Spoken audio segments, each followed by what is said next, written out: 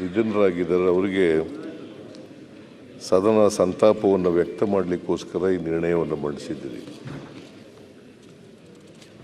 ನಾನು ಈ ನಿರ್ಣಯವನ್ನು ಬೆಂಬಲಿಸಿ ಕೆಲವು ಮಾತುಗಳನ್ನು ಹೇಳಲಿಕ್ಕೆ ಬಯಸ್ತಾ ಇದ್ದೇನೆ. ಶ್ರೀಮತಿ ನಾಗಮ್ಮ ಕೇಶವಮೂರ್ತಿಯವರು, ಇವರು ಮಾಜಿ ವಿಧಾನಸಭಾ ಉಪಾಧ್ಯಕ್ಷರಾಗಿದ್ದಂಥವ್ರು, ಸಚಿವೆಯೂ ಕೂಡ ಆಗಿದ್ದರು.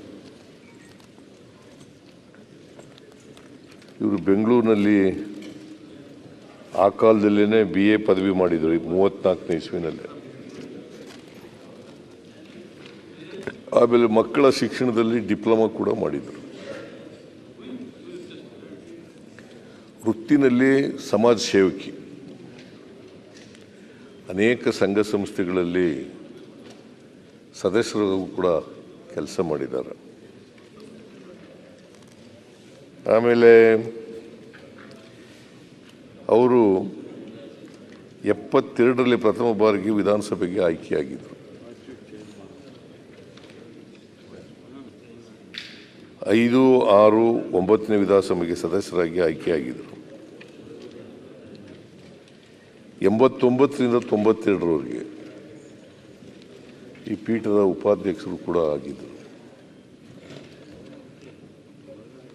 ಆಮೇಲೆ ಅವರು ಸಚಿವರಾಗಿದ್ದಾಗ ಪ್ರಾಥಮಿಕ ಮತ್ತು ಪ್ರೌಢ ಶಿಕ್ಷಣ ಸಚಿವರಾಗಿದ್ದರು.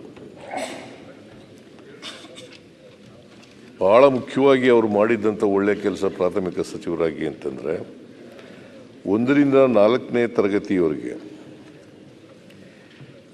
ಕನ್ನಡ ಮಾಧ್ಯಮ ಕಡ್ಡಾಯ ಆಗಬೇಕು ಅಂತ ಮಾಡಿದರು. ಆಮೇಲೆ ಗ್ರಾಮೀಣ ಪ್ರದೇಶಗಳಲ್ಲಿ ವಿದ್ಯಾಸಂಸ್ಥೆಗಳನ್ನು ತೆರೀಲಿಕ್ಕೆ ಭಾಳ ಸಹಾಯ ಮಾಡಿದರು, ತೆಗೆದಿದ್ದರು ಕೂಡ. ಅವರಿಗೆ ದಾವಣಗೆರೆ ಇಂದಿರಾ ಗಾಂಧಿ ಅಂತಲೇ ಕರೀತಾ ಇದ್ದರು, ಅದೇ ಅವರಿಗೆ ಖ್ಯಾತಿ.